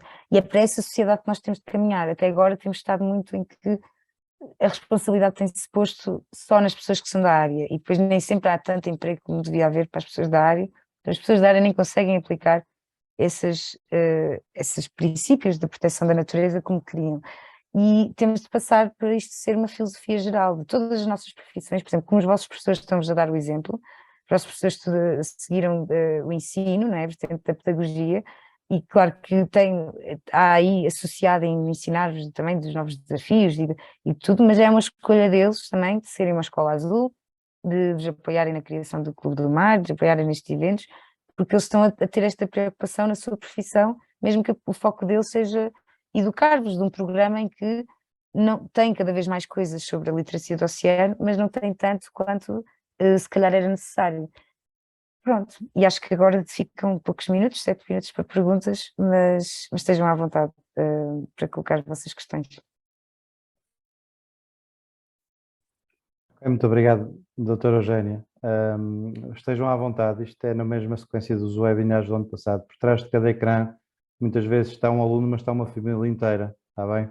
Portanto, aqui o amor da família neste Clube do Mar é que leva-nos sempre mais longe.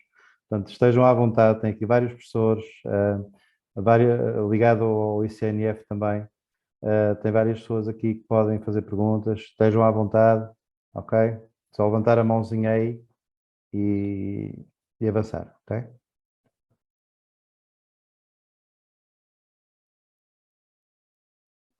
Sem vergonha. Isso é que chega a esta hora, há muita fome, encoberta, mas o almoço não Claro. nos foge, já não E escapa. sono. E sono. É. Temos cá a Pilar. A Pilar também que costuma nos acompanhar, ela costuma fazer sempre muitas perguntas. Pilar não tem vergonhas, também faz sempre perguntas muito interessantes. E os nossos alunos também fazem perguntas muito interessantes. Aproveitem. Aqui o tempo, Eugénia, mais minuto, mais 10. Não estás Eu preocupados com estou à isso? vontade, é Ok. com vocês, e agora é mesmo com vocês, estejam à Ok. vontade.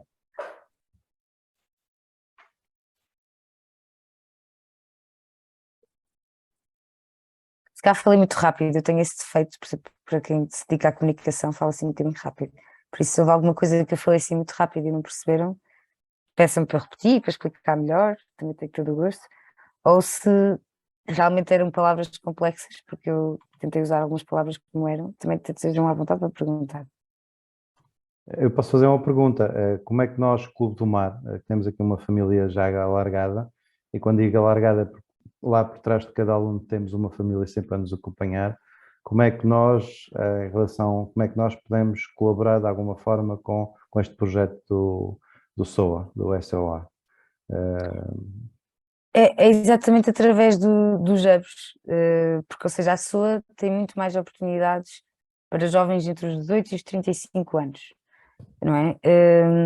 Mas lá está, se houver professores, por exemplo, se houver um professor que tenha este intervalo de idades, né, até aos 35 anos, esse professor pode ser o líder das candidaturas. Por exemplo, nós temos anualmente às vezes os microgrants, que são microfinanciamentos, que vai variando, o valor que é atribuído, dependendo da área de foco, mas poderia ser um professor dentro dessas idades a ser líder da candidatura e depois na equipa terem alunos e outras pessoas de diferentes idades, mas pelo menos ter um líder dessa idade. Se não, é mesmo através dos hubs, porque os hubs, os hubs são esses grupos de jovens que ligam à comunidade, não é? E a ideia é mesmo porque a comunicação da SOA, apesar de eu ser representante regional e eu faço, quando é para a lusofonia, coisas em português, as questões globais vêm todas em inglês, não é? Então cabe muito também aos hubs tratarem da comunicação e do envolvimento das suas comunidades. Por exemplo, o Ocean Portugal é o hub nacional, fazer o envolvimento da comunidade nacional. Depois no Algarve eles envolvem a comunidade da Algarvia, na Madeira envolvem a comunidade da Madeira, mas, por exemplo, se houver jovens na vossa cidade, um grupo de jovens que queira estar mais ativo, também pode-se criar um hub regional nessa nossa região que tenha mais ação. Mas eu acho que sugiro, se calhar, em primeiro lugar, ligarem-se ao Hub Portugal e em conjunto haver até porque o Hub Portugal tem um programa que é dentro do qual eu estou aqui a dar esta palestra, que é o Hub Vai à Escola, que é exatamente a tentar chegar às gerações mais novas com este conhecimento.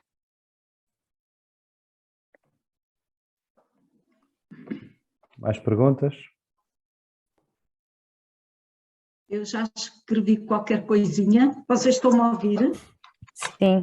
Temos a Pilar, Desculpem ok, lá, muito porque bem, Pilar. eu estou a ver tudo a tremer, portanto, eu não sei se isto está a resultar para aí. Eu falar, porque eu vejo-vos a tremer, devo estar aqui com um problema qualquer. Não tenho propriamente pergunta nenhuma, porque eu aprendi muito agora. Qual é a tua formação? Desculpa, és bióloga marinha? Sou técnica de Biologia Marinha, porque só tirei a Ok. licenciatura pós-Bolonha, não é? Ou seja, foram 3 anos e tenho a intenção de prosseguir os estudos, mas ainda não tive tempo para continuar. Claro, Mas vou claro. continuar. Sim, eu fiquei muito satisfeita porque pronto, a visão que se apresenta aqui é muito otimista para mim. Eu sou sempre muito otimista em relação ao ser humano, não é? Porque eu também sou antropóloga e toda a minha formação vem daí. Quando falaste em sistémico, para mim foi completamente maravilhoso, porque luto há muito tempo por essa questão, porque nós antropólogos a nossa visão tem que ser mesmo essa, sistémica, não é? Até porque nós estudamos muito na base da ciência quântica, não é? Tudo está relacionado com tudo e tudo se cruza e intercruza, não é? Até porque se não fosse assim, era de uma injustiça brutal em relação à humanidade, em relação ao ser humano, portanto eu fiquei como o peixe na água, ok? Hoje que é o mar. Agora, depois falaste de coisas que eu aprendi imenso, não é? E até depois agora vou explorar mais um pouquinho essas todas as razões que o mar nos dá para nós o respeitarmos. E depois queria também dizer uma coisa, o teu primeiro ou segundo slide que apresentas porque é que nós devemos respeitar o mar e porque é que nós o devemos defender e não deixar progredir o mal que temos feito, é incrível como, e tem que ser assim, porque humanamente é assim, toda a nossa educação também vem daí, é que nós temos uma ideia muito antropocêntrica ou seja, o que é que tu fazes para nos dizeres que nós temos que defender o mar e não deixar os males que temos feito até agora? É dizer que temos comida lá, que temos não sei o quê, não é? Isto é uma visão antropocêntrica. Porque o que nós devíamos ter mesmo era aquela ideia que nós vivemos num mundo que também ele quer viver. Os peixes vivem, têm o direito intrínseco também, não é? Não somos só nós que temos direito à vida. Todos os seres têm direito à vida, humanos e não humanos, não é? Pronto. Mas eu sei que se tem que fazer isso, porque pronto, a nossa visão é antropocêntrica, é muito difícil nós colocarmos os outros animais e os outros seres não humanos, porque são muito mais que os animais, ao nosso nível. E às vezes eu enfraqueço um pouco aqui, porque eu tenho sempre, eu acho que a humanidade vai salvar tudo, tenho esta visão dos humanos, nós fazemos guerra, é horrível, mas também houve um Beethoven que fez a 9ª Sinfonia, portanto eu estou sempre otimista. Mas às vezes enfraqueço um bocado, porque realmente a nossa educação de base é esta, é aquela, também vem de há muitos milhares de anos e a mudança de mentalidades não é uma coisa muito difícil, leva às vezes centenas de anos a mudar, não é? Mas esta visão antropocêntrica é aquela que magoa mesmo a natureza. Olha, até Pilar, nos magoa a nós, não é? concordo. Pronto, queria fazer esta observação porque gostei muito da apresentação, aprendi muito. Para mim não falaste depressa, estou habituada a comunicar, não é, com todas as velocidades, e gostei muito e até vou explorar mais e vou ver também esta, desculpa, não é associação, pois não, como é que lhe hei de chamar? Podem dizer organização. Organização, O nome exato. em inglês é Social Enterprise, mas esse estatuto não existe em Portugal. Por isso, o mais perto em Portugal é uma ONG. Pronto. Por isso é que. Ok, também vou divulgar um pouco, vou divulgar no ICNF também, Eugénia, vou fazer isso. Obrigada. Pedir à minha colega para divulgar um pouco a vossa organização, porque acho que tem todo um mérito e vocês trabalham muito na defesa daquilo que é preciso mesmo defender. Pronto, é isso. Essa visão sistémica é mesmo isto. Todos temos que... cada um tem que fazer por todos têm que fazer por um, é mesmo esta visão, e não nos esquecermos quando havia o historiador que dizia: quando Atenas chora, Esparta não se deve rir, e é mesmo, porque vamos sofrer todas as consequências dos nossos atos. Causa e efeito. Agradeço imenso a partilha que fez, porque eu pessoalmente concordo imenso, só que nós temos de nos adaptar à realidade em que vivemos, não é verdade? E é por isso, é exatamente por isso que eu uso, isto foi como eu disse, isto foi uma apresentação feita em conjunto e tudo, não é? E vive numa sociedade que é antropocêntrica e nós temos, ou seja, Claro, eu no início eu comunicava sempre pela proteção do oceano, das outras espécies, porque eu sinto empatia e eu acho que nós precisamos disso, de alargar a nossa empatia a todas as espécies do planeta, porque já, ou seja, mas a questão é que a empatia, mesmo com a nossa própria espécie, ainda tem de ser sim, tão trabalhada sim, para sim, chegarmos a isso da empatia com todas as espécies e todos os organismos e toda a sim, vida. sim. Eu sonho com essa utopia e acredito que é possível, mas acho que ainda falta um caminho grande para lá chegar. E que, dada a urgência tão grande da ação que existe, lá está, já começo eu própria a usar esta linguagem de. Porque se o humano olha mais para a sua própria sobrevivência, a começar a comunicar exatamente isso, que é a nossa sobrevivência que está Sim, afetada, sim. porque a verdade é que a vida como nós a conhecemos, não vai continuar, porque nós estamos a levar à extinção centenas e dezenas de milhares de espécies, não é? E o que é triste Uhum. com o nosso espaço. Mas o que estamos principalmente a destruir é este sistema de suporte de vida, que é o planeta, né? E que é o oceano, como nós o Uhum. conhecemos e como era ideal para nós, humanos. Porque há seres vivos que vão sobreviver na mesma, e vão se adaptar àqueles que.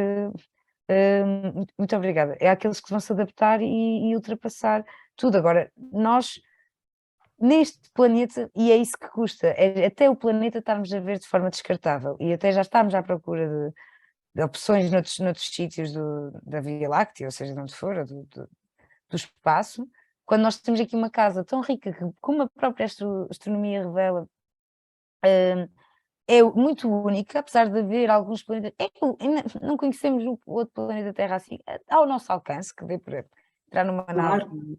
e ir, não é?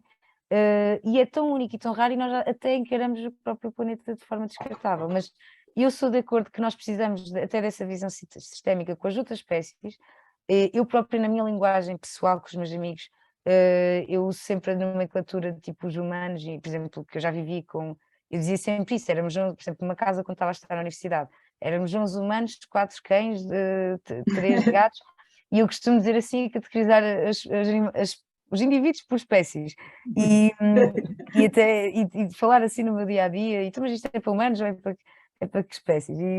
Porque para mim, e até acho que a terapia de grupo, eu já te disse isso uma vez, acho que era ótimo haver sessões, ou seja, desenvolver a ciência para conseguirmos ter a comunicação das diferentes espécies muito mais evoluídas. Por exemplo, estou a tentar fazer isso com os golfinhos, mas eu sonho no dia em que haja uma aplicação ou aparelho que me traduza o que todos os organismos vivos estão a comunicar, seja qual for a frequência e a forma de Uhum. comunicação que eles têm, e eu com a tecnologia consegui perceber, porque eu acho que aí está o grande problema, se nós na nossa espécie temos tantos problemas de comunicação, e desses problemas de comunicação advêm tantos problemas depois na gestão, em tudo, e guerra, seja o que for, Tudo. nós nem sequer conseguimos também comunicar com as outras espécies, não é? Se já percebêssemos o que eles comunicam, porque eles já têm sistemas de comunicação. E, por exemplo, os golfinhos têm diferentes dialectos, mesmo a mesma espécie, em Uhum. diferentes regiões do mundo, têm dialectos diferentes. E uma coisa que eu acho extraordinária é que eles encontram-se nas migrações, por exemplo, na Madeira, que eu cheguei a trabalhar lá, eles encontram-se e eles começam a falar um dialecto em comum. Eu costumava dizer isso aos turistas, é como se eles nem têm de aprender inglês, porque eles naturalmente adaptam ali uma língua em comum e entendem-se. E nós andamos aqui a aprender inglês para falar com as pessoas de outros países, não sei o quê. Pois é. E eles assim, de uma forma, porque eles têm o seu cérebro na parte até das emoções, das relações, da Claro. parte emocional das relações da família, eles têm isso muito mais desenvolvido do que até nós humanos. Por isso é que Uhum. eles têm certos comportamentos em grupo tão acentuados, porque isso está mais desenvolvido do que nós. Isto para dizer, eu acho que lá está, nós temos as respostas para muitos dos problemas que nós temos na natureza e na vida. E aí também vou agora dizer uma coisa, porque eu senti isto na parte científica, eu acho que a ciência é essencial, mas, por exemplo, eu senti uma coisa porque eu fui para o curso para compreender os padrões dos ecossistemas, para os poder ajudar melhor, e há uma coisa que eu senti um paradoxo que foi, às vezes, o biólogo ser o primeiro a matar para estudar, ou seja, ter essa desculpa de poder matar para estudar.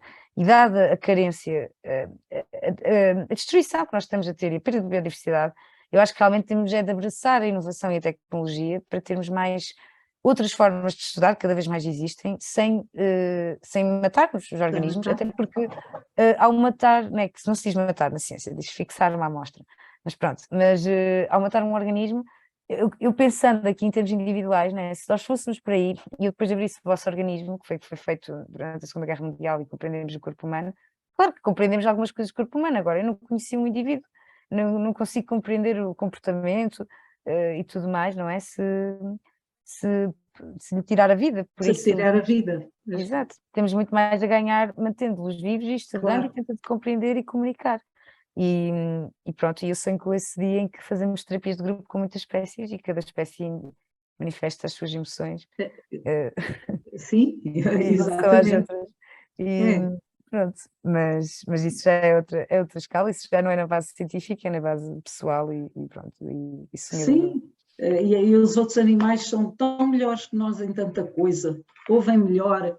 Eu tenho a minha cadela que ouve muito melhor do que eu, que vê muito melhor do que eu. É diferente, né? É Vem outro espectro de diferente. luz, ouvem outro espectro de É. sons, ou seja, a realidade Sim, nós só percebemos um bocadinho. nós vemos o mundo com óculos de cor. O mundo não é assim como nós o vemos, não é? Muitos filósofos dizem isso. E eu acho que na experiência da vida e também da minha formação como antropóloga, eu cheguei à conclusão, já posso chegar a conclusões, Eugénia e outras pessoas, porque com 60 anos nós já temos que ter conclusões. E às vezes já nem sei onde é que me fundamento, é na vida, não é? Em toda a minha vida, pronto, que é um fundamento. Mas há uma coisa que diferencia o humano, o homem, do resto dos animais. Que eu vejo só uma coisa, falam muito também no sistema comunitário e nas interligações cooperativas, que são diferentes de todos os outros animais, não sei. Ok, não tenho grandes estudos para chegar aí, no comportamento de todos os outros animais.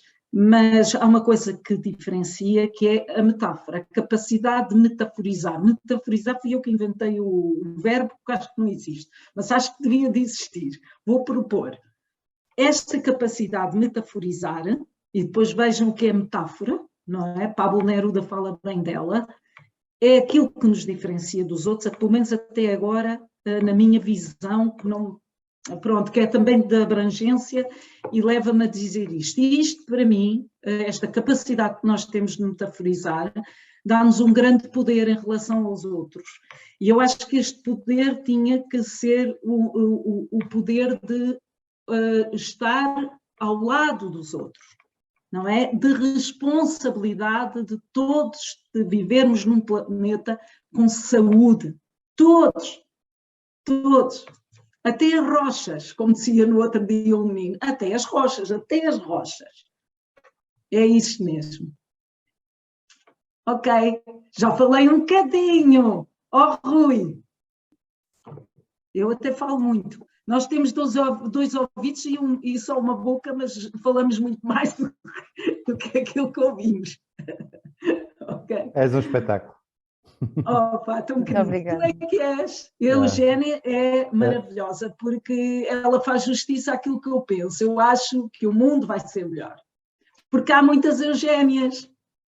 E não se chamam Eugénios, felizmente, senão isto era uma seca, não é? Pois é, a diversidade também é uma coisa maravilhosa. Exatamente, ainda bem que somos todos diferentes, temos perspectivas diferentes, ideias diferentes, não é? É o que eu estava a dizer, nós precisamos realmente de toda esta diversidade para resolver tantos problemas. E estava a falar de como se vê a vida, isto já não tem a ver com ciência, tem a ver com algo que me referi também uma vez, de que nós podemos fazer duas escolhas, e eu admito que eu às vezes vou trocando, mas pronto, já vos explico, que é, podemos fazer duas escolhas de como é que vemos a vida. Podemos usar uns óculos de abelha e estar sempre à procura das flores da vida, ou usar uns óculos de mosca e estar sempre à procura, pronto, das fezes, não é? Das fezes. E isto para dizer que eu própria eu vou mudando de óculos, não estou sempre com os positivos, nem estou sempre com os negativos. Vou mudando, pronto, dependendo da circunstância. Claro. Também quero ter uma noção da realidade maior que está à minha volta, mas acho que também temos consciência disso, que lá está, o nosso poder do nosso pensamento e da nossa perspectiva perante a realidade, que influencia depois também muito como é que nós vamos agir também nessa realidade, não é? E apesar de, eu imagino como é que para vocês jovens deve ser estarem a conhecer o mundo neste ponto em que está, porque eu senti isso, e eu senti muita aflição na adolescência, quando ia percebendo isso, e ou seja, quando eu percebo estas coisas que eu já falei, e depois eu chegava e eu lembro que me sentia, isto até é um exagero, pronto, mas eu acabava por sentir o peso das escolhas humanas em casa, quando abria a torneira, e lá está, era o que eu estava a dizer. E na altura eu era dependente, não tinha responsabilidade de escolher quais eram os produtos, podia dizer à minha mãe, aconselhar, mas não estava na minha responsabilidade, não é? Não conseguia ainda era dependente, não tinha isso a mudar. Então eu fui focando, lá está, em tentar mudar aquilo que eu conseguia, em tentar comunicar, tentar passar. Agora já estou mais velha, mas lá está. Ou seja, ao dizer estas coisas, eu não estou a dizer que vocês têm, não sintam peso, está bem? Não sintam peso, não sintam culpa, sintam inspiração e sintam força para agir e para inspirar outros e para educar outros.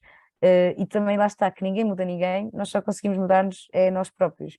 E com a nossa mudança e o nosso caminho, pode ser que inspiremos outros também a mudarem, mas quando o foco é também é mudarmos mesmo o que está ao nosso alcance. Porque se às vezes estamos também a querer mudar, por exemplo, o mundo, ou salvar o oceano, por exemplo, isso não está dependente só de mim, não chega o meu gênio.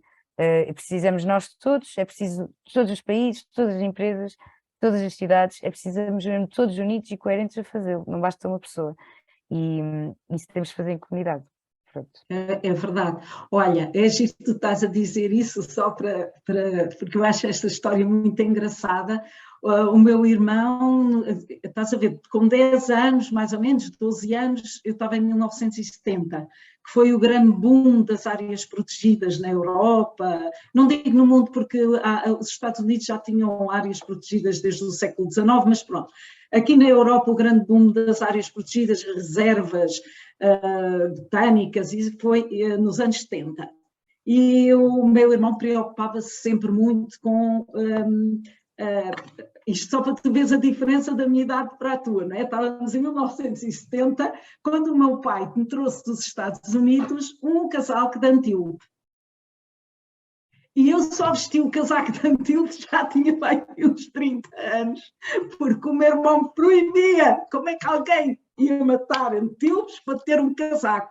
E o meu pai dizia assim, ai, mas eles eram muitos antílopes, vocês não fiquem assim. Agora comprei o casaco, a miúda não veste o casaco servia-me com 30 anos. O meu pai também tinha comprado um casaco comigo para 10 anos, devia-me chegar aos pés. Mas pronto, de todas as maneiras, é porque esta visão não existia.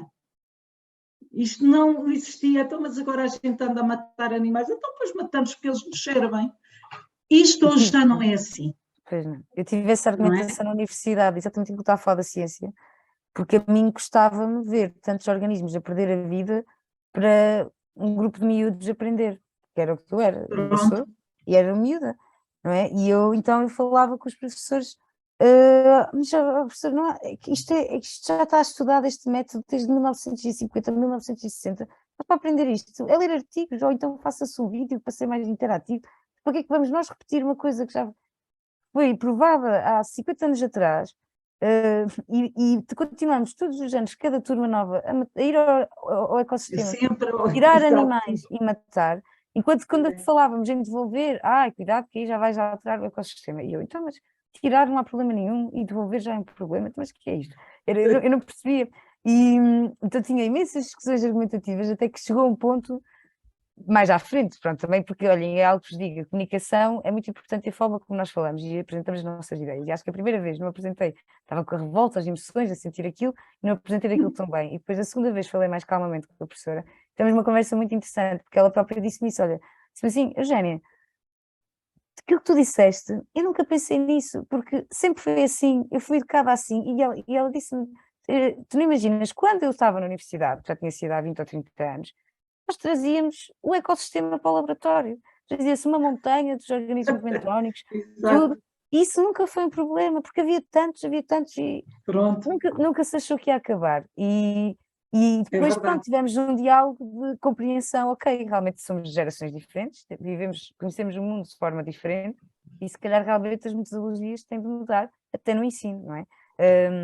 Porque às vezes há coisas que estão provadas cientificamente e faz-se assim naquele protocolo, porque quanto mais anos tem, mais referências tem e mais cientificamente provado está, mas não quer dizer que se tenha de repetir o mesmo método, não é? Se calhar, se é algo que está tão provado, para os jovens aprender não tem de se calhar pôr em risco a vida de novos seres, não é? Exato. E pode-se recorrer à tecnologia, a vídeos, pronto, a cinema e a tudo, ao 3D, a animação 3D, a Claro. robôs, né? Que, olha, uma professora minha inventou um mexilhão robô ou artificial, não sei se foi a tua professora Joana, Maria João Biano, e ela inventou não foi?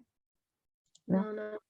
Ela inventou um mexilhão artificial, não sei se é robô ou se é, pronto, é artificial, mas para fazer estes estudos da poluição e a toxicologia, porque normalmente usava-se sempre mexilhões, e eles morriam, não é? Porque se é para ver qual é o impacto com aquele poluente e em que dose é que eles chegam à dose letal, a dose letal é com que quantidade do poluente é que eles morrem. Então é matar organismos no laboratório, se falarmos de outra forma. Então ela criou um mexilhão artificial para se poder fazer estudos sem matar mais mexilhões. E, por exemplo, está aqui uma ideia e uma solução inovadora, não é? E dentro desta há um oceano de coisas para resolver, como eu vos expliquei. Por isso acho que todos vocês têm essa capacidade para encontrar pelo menos uma solução para um dos problemas que nós temos. Muito bom. Eugénia, Obrigada. obrigado, Pilar. Eugénia, tenho que fazer aqui mais uma pergunta. E na sequência da conversa que tivemos antes de começar o webinar, temos aqui muitos jovens que trazem o coração, o mar lá dentro no coração a bater todos os dias. E com uma jovem, não é? 28 anos, é muito jovem. Em termos de inspiração, o percurso que já fez e o caminho que já fez acaba por ser uma inspiração para todos nós, mesmo os menos jovens. Nós também somos jovens, mas um bocadinho menos, ok? Menos jovens. Que a Eugénia disse ali coisas muito interessantes, que era importante passar aqui a alguns dos nossos alunos e a nós também. Como é que nos pode, você já é uma inspiração, mas se calhar dar assim mais algumas dicas, porque há muitos alunos que têm aqui sonhos e querem ir mais longe. E muitas vezes, tendo alguém como inspiração, uma ou duas palavras pode ser aquele clique para dar o salto. Pronto. E às vezes uma ou duas palavras, há bocadinho disse duas ou três muito interessantes aqui ao Martim e aos nossos anfitriões, que eram o Martim e a Beatriz, e acho que depois desta apresentação espetacular e estas ligações todas, isto está tudo ligado, o mundo, estamos todos ligados, passar um bocadinho esse clique aqui aos nossos alunos, se pudesse ser, está bem? Estamos aqui, isto é um bocadinho tarde, mas se pudesse ser um bocadinho, falar um bocadinho do seu percurso e alimentar um bocadinho os sonhos aqui dos nossos alunos, está bom? Claro que sim, e obrigada, Rui, por tudo, pelos elogios e a oportunidade e tudo. Então, assim, um resumo do que eu falei também antes com o Martim e com a Beatriz, que foram ótimos anfitriões desde já. Obrigada pela introdução. E o que eu falei foi que, lá está, eu desde muito jovem tinha esta paixão e este desejo, ou seja, eu com 3 anos do dia quero ajudar o mar e os peixinhos, pronto, e já passava o dia no mar. Depois fui crescendo e não vou dizer, eu quis sempre biologia marinha, mas também quis outras coisas, por exemplo, agora que também quero explorar, e vou explorando as outras áreas e tudo. Mas a biologia marinha teve sempre um destaque grande nos meus desejos e depois foi aquilo que eu realmente acabei por seguir. E como é que eu tive a certeza que era a área, apesar dos outros interesses todos que eu tinha, que eu queria mesmo dedicar-me? Através do voluntariado, porque era o que eu estava a dizer antes. Por exemplo, nós temos ideias e sonhos e objetivos, não é? Mas tudo às vezes na nossa mente, mas o espírito científico também nos ensina isto, tentativa e erro, tentativa e erro, tentativa e erro. E é assim com a tentativa e erro que a gente chega a uma solução. E então, às vezes nós temos uma ideia teórica, até que seja para a nossa própria vida, eu era feliz se ver algo marinho, por exemplo. Mas só quando vamos experimentar e trabalhar na área é que vamos perceber, e um biólogo marinho tem imensas profissões diferentes. Por exemplo, eu vou ser sinceros que a minha realidade prática é muito diferente daquilo que eu imaginei quando segui a área, não é? Que isso é um detalhe, não é? Agora eu passo muito tempo no computador e tudo mais, trabalho remoto, e não era isso que eu imaginava que ia estar na natureza, e sempre no ecossistema e tudo com os animais, mas há muitas formas de fazer os trabalhos, a questão é, só quando nós temos a experiência prática, é que também temos uma noção completa de se realmente nos sentimos felizes e realizados com aquela atividade. E daí é que o voluntariado, e acho que esta fase da vida em que vocês estão, em que têm os pais, têm esta sorte de terem os pais que vos ajudam nas outras necessidades básicas da vida, e vocês nem têm de pensar nisso, não é? Da parte da comidinha, de terem a cama quentinha e a roupinha lavada, essas coisas todas, se forem ajudando é ótimo, mas não são vocês que têm de arranjar os recursos para obter esses recursos, não é? é de focar-se no vosso crescimento e na vossa evolução. Então isto é uma fase ótima porque têm mais tempo livre, o tempo além das aulas e das vossas responsabilidades, para se poderem dedicar, por exemplo, a projetos de voluntariado. Eu comecei quando ainda estava no secundário, aos 15, 16, e aconteceu uma coisa muito engraçada, porque, por exemplo, eu comecei com uma associação que era a Campo Aberto, que era no Porto. Eu também liguei outras, mas a Campo Aberto vou partilhar convosco porque recebi um mail, que eu só li ontem, tinha recebido há 5 dias, mas só li ontem um mail de um senhor da Campo Aberto, que me viu num jornal, viu numa notícia de jornal, e estava na dúvida se era eu, porque lembrava-se de mim, lá está, nessa altura. Por exemplo, eu fiz voluntariado com essa associação, não é ficada só nos oceanos, mas depois fiz em outras, e como estava a dizer depois fiz, eu aconselhei muito a ligarem-se à Ciência Viva e a experimentarem os estágios de ocupação científica no verão, que são estágios de 2 semanas em que vocês podem ter contacto com alguém que está num doutoramento da área, e tem muitas áreas diferentes, dependendo daquela que vocês gostam, e esses estágios de 2 semanas, a mim, por exemplo, eu que sabia o que é que queria, que sabia que queria biologia marinha, mas, por exemplo, eu aconselhava isso a amigos meus que estavam em dúvida, não sei se quero farmácia ou economia, sei lá, que cheguei a ouvir amigos a dizer isto. E olha, então faz um estágio de ciência viva, vai para vai para as 2 áreas e experimenta. E eu, que sabia que queria biologia marinha, experimentei 2 estágios em 2 universidades diferentes, porque eu estava era na dúvida disso, não sabia qual era a universidade que eu queria. Então fiz um estágio em Peniche, fiz um estágio no Algarve e depois da experiência tomei a minha decisão para onde é que eu queria estudar. E não estou aqui a dizer que isto não é bom, claro que é bom. Esse é só, o foco era mais biotecnologia e a parte da saúde, e não era aquele foco que eu queria ter tanto, e por isso é que escolhi a Universidade do Algarve. Mas isto para dizer, acho que é uma oportunidade muito boa de vocês levarem para a prática, porque vão ter uma experiência de 2 semanas da realidade já profissional, ou seja, porque uma coisa é a nossa ideia, outra coisa é o que vamos aprender na universidade, que é também bases, não é? Outra coisa é a realidade profissional que nós depois vamos ter no nosso dia-a-dia. E tudo isto são coisas diferentes, e eu acho que é uma ótima oportunidade vocês poderem ter contacto com a realidade profissional antes até de tomarem a decisão da área de estudos que querem fazer, não é? Porque conseguem ver na prática como é que funciona, o que é que vocês gostam, o que é que não gostam, e poder adaptar ao vosso gosto. Depois, cheguei à universidade e liguei-me também a um grupo local que era na altura a PALP, depois ficou a MALP, mas na altura, no início, era Plataforma Algarve Livre de Petróleo, uma época em que Portugal lembrou-se também que queria começar a explorar petróleo. Então eu liguei-me a esse grupo e andei a recolher assinaturas para a petição, não fui super ativa, só ajudei, pronto, no que eu pude. E depois liguei-me ao primeiro grupo internacional, que foi o World Oceans Day Youth Advisory Council, que a Joana Rosa, eu acho que ainda é membro, ainda és, não és? Ou não? Já não? Já acabou o ano passado, agora é 2 anos. Não sei se na tua altura era 2 anos também, não era? Era, também tive 2 anos. Ok. Continua então. E tinha um limite de idade, acho que dos 21, já não sei. Eu sei que entrei Acho quase que agora é aos 23. 23. Acho que Não, era já 23, eu acho que entrei aos... Não sei, eu entrei no limite na altura, acho eu. E saí no limite da idade também. Mas, ou seja, mas tem menores de idade, não tem, Joana? Eu acho que Tem uma agora tem rapariga- pessoas com 16. Eu Não acho que tem tinha uma rapariga, eu tive com uma rapariga em Nova Iorque com eles que tinha 10 anos e era espetacular. 10. Ok, então Se não calhar sei. não era deste grupo, mas era Ou do deve grupo ser legal outro. deste grupo, era. Talvez. Pronto, mas a verdade é, este grupo em específico envolve jovens mais jovens, gostei desta frase, pronto, mas mais jovens do que aqueles que eu trabalho, não é? Ou seja, menores de 18 anos, que é o vosso caso.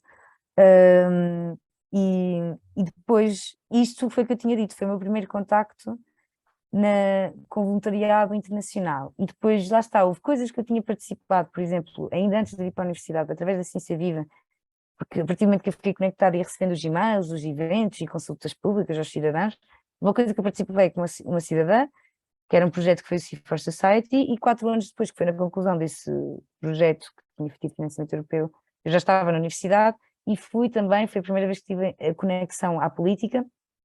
Fui uma jovem no Parlamento Europeu e juntei-me a um grupo de jovens da União Europeia em que tivemos a analisar os resultados desse projeto de 4 anos para apresentar no Parlamento Europeu. Também vos tenho a dizer uma coisa, que era, eu nessa viagem e nesse processo eu sentia um peso às costas de tudo o que eu digo tem de representar todos os jovens de Portugal, porque eu estou aqui a representar Portugal e sentia essa responsabilidade, um stress gigante e ali para escolher, né, para resumir palavras de 14 países e de não sei quantas entidades numa folhinha, para depois um jovem ler um textinho como é que aquilo eram as palavras certas, como é que diziam tudo aquilo que era importante, eu estava a sentir aquilo assim, muito intensamente. E quando acabou, eu lembro que fiquei muito frustrada porque eu não tinha visto políticos, eu tinha imaginado que os políticos iam ouvir e que depois com o conhecimento iam aplicar e mudar. E na altura fiquei muito frustrada porque eu não vi quase políticos ali, então não percebi, então mas o que é que foi isto, né? Onde é que estão os políticos? E hoje que passaram mais de 10 anos desde esse dia, eu vejo essas mudanças. Isto para também vos dizer isso, que é estas mudanças sistémicas e políticas são difíceis de ver imediatamente. Era ótimo que fossem fáceis e rápidas de perceber estas mudanças, mas são trabalhos demorados e lentos, porque lá está, cada um de nós é uma gota no oceano, e cada gota, todas juntas, é que faz este oceano, não é? Ou seja, todas as gotas são importantes, mas se nós olhamos só para uma gota quando a onda rebenta na praia e levamos com os salpicos, se só levamos com os salpicos na cara e estávamos de olhos fechados, se calhar nem percebemos que estamos ao pé do oceano. Só quando abrimos os olhos, mergulhamos e até vamos ao mar profundo, coisas que ainda não fizemos, é que temos a noção do todo que o oceano é. E isto na nossa sociedade também é um bocadinho assim a mudança, ou seja, eu ali na altura fiquei um bocado triste, que achei que não tinha todos aqueles milhões de euros, aqueles países todos, aquelas viagens todas, emissões de carbono, aquelas pessoas todas a trabalhar 4 anos, e eu voluntariamente, pronto, só pontualmente, mas toda aquela dedicação. E onde é que está a mudança? E depois hoje eu percebo, ok, eu sou um fruto dessa mudança, vocês também são, porque são uma escola azul, e só por existir o programa Escola Azul no DGPM, que é o nosso governo, só existir, por exemplo, a Sustainable Ocean Alliance, que é a organização que eu trabalho, e a SOAG conseguir financiamento para direcionar para estes projetos, todas estas coisas já são mudanças, porque há 20 anos atrás não era uma realidade. E até estes grupos que eu, a Joana, também fizemos parte, e todos os outros também, e serem cada vez mais grupos e cada vez mais associações, são reflexo desta mudança estar a acontecer. Temos cada vez mais vozes, e até vocês no ensino, e eu como jovem, ter tido as oportunidades que tive para representar Portugal a nível europeu, depois a nível internacional, a nível mundial, a nível do Oceano Atlântico, estes níveis todos, eu sinto-me sempre uma sortuda e muitas vezes vivia aquele síndrome do impostor de porque eu, se há tantos jovens, de certeza que há pessoas que falam melhor que eu, que sabem mais que eu, têm um mestrado, têm um doutoramento, que sabem muito mais coisas, não é? Mas cada vez também tenho trabalhado mais no meu amor próprio e percebo que, ok, claro que há pessoas com outro conhecimento, mas pronto, eu fui escolhida e por o meu mérito, mas e o meu mérito, isto está tudo interconectado, ou seja, o meu mérito e o meu esforço também está dependente de tudo o que estas entidades todas que eu vos falei também me deram a mim e ajudaram-me a crescer como ser, como bióloga marinha, como jovem, como cidadã portuguesa e do mundo, ou seja, nós somos um resultado de todas estas partilhas e depois cabe-nos a nós decidir o que é que fazemos com isso, não é? Ou seja, com o conhecimento que nos é dado. Aí sim, cada vez mais reconheço o meu mérito em que tive 10 anos sem ter férias, só tirei férias agora há pouco tempo, depois comecei a trabalhar aos 16 e só aos 27 é que, ok, preciso de férias. Porque mesmo que não fosse trabalho às vezes remunerado, era trabalho voluntário, não é? Então essa parte do tempo de, ok, vou descansar, não vou fazer nada esta semana. Eu durante 10 anos não fiz isso, também não aconselho, não é saudável. Tirem férias e descansem porque é preciso. Mas isto para dizer é isso, ou seja, é essa dedicação e esse esforço que depois traz resultados, não é? Que nos ajuda se calhar a aproximar daquilo que nós queremos. E é preciso um equilíbrio. Tudo o que eu estou a dizer, porque eu sou muito sincera, por muito que eu tenha sucesso, não quer dizer que tudo aquilo que eu fiz que é um exemplo pleno, porque tudo precisa de melhorias e de evolução, não é? E vocês vão fazer as coisas de forma diferente, provavelmente melhor para vocês, para os vossos sonhos, para as vossas ambições e para a vossa realidade. E tenham também essa confiança em vocês próprios. Isto, até este trabalho que eu tenho, de trabalhar com os jovens líderes do oceano, antes de eu trabalhar com os jovens líderes do oceano, eles chamaram-me de jovem líder do oceano. Eu fui representar Portugal ao México, foi assim que eu conheci a SOA. E não tinha dinheiro, fiz o crowdfunding e consegui financiamento para ir. E no início eu lembro-me de sentir, então, mas jovem líder do oceano, ser líder, o peso da palavra, não é? Uma pessoa às vezes fica com medo de assumir essa liderança. Mas agora que já passaram anos e eu trabalho nisto de incentivar todos os jovens a abraçarem essa liderança, acho que é isso que eu sinceramente, eu não quero que hajam os líderes e os que seguem os líderes. O meu sonho é que todos nós assumamos o papel de líderes que podemos ter na nossa comunidade, na nossa família, na nossa escola, na nossa empresa, na nossa cidade, no nosso país, no nosso mundo, pronto. E no nosso oceano, que é o que nos traz aqui hoje. Muito obrigado mais uma vez, Eugénia. Vamos terminar, eu vou passar aqui depois a palavra à professora Isidora, a nossa diretora, que está sempre cá connosco. Um abraço a todos, um abraço oceânico a todos, Obrigada. a Um todos abraço. os que Um estiveram abraço cá. também. Eugénia, mais uma vez, da nossa parte, Clube do Mar, um abraço gigantesco, ok? Por também. tudo e por nos acompanhar e por nos dar este apoio e por esta partilha fantástica, tá bom? Muito obrigado. Muito obrigada. Obrigada. Professora Isidora. Clube do Mar, professor Rui, professora Carla Rosa, e a todos que estiveram aqui conosco. Foi um gosto enorme ter esta gota gigante, que é a doutora Eugénia Barroca, conosco, nesta partilha tão enriquecedora. Muito obrigada por tudo que partilhou conosco. Certa de que com estas mensagens todas que temos aqui, que os nossos alunos principalmente, e os adultos também, adoraram aquilo que nos transmitiu. E eu, sinceramente, fiquei deliciada com todas as mensagens que nos deu. Neste dia tão especial, que é o Dia Nacional do Mar, obrigada pela sua presença mais uma vez, agradecer a todos, em especial aqui ao nosso Martim, que está tão doente e que fez um esforço enorme para estar connosco, à Beatriz também, que foram os anfitriões aqui do nosso webinar. Agradecer aqui a presença que eu tive o prazer de rever a Pilar. Pilar, olá. Obrigada. Obrigada pela presença. O prazer é meu. Sempre. Pronto, e desejar boa noite a todos. Para mim é sempre um gosto estar convosco, um prazer imenso estar neste vosso trabalho. Obrigada, Rui, obrigada, Carla, mestres deste clube tão importante que é para o nosso agrupamento. Obrigada por tudo. Obrigada. Oceano de gratidão a todos. Obrigada.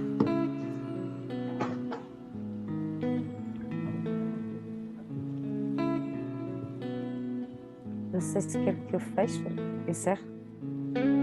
Sim, isto normalmente as pessoas gostam tanto disto e ficam aqui a olhar uns para os outros e aliás, até as últimas vezes eu deixo para o final, vão saindo e vamos falando e pronto.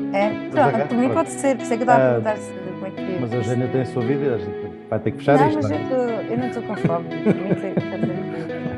Isto acaba por ser aqueles momentos informais, acabam por ser, o webinar ser muito informal. As pessoas estão à vontade, mas vamos ter que acabar com isto, não é? Tá bom?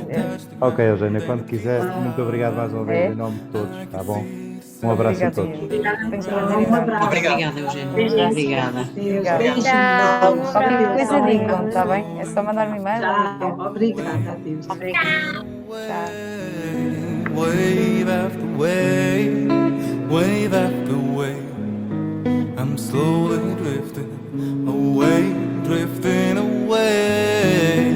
Feels like I'm drowning, pulling against the stream.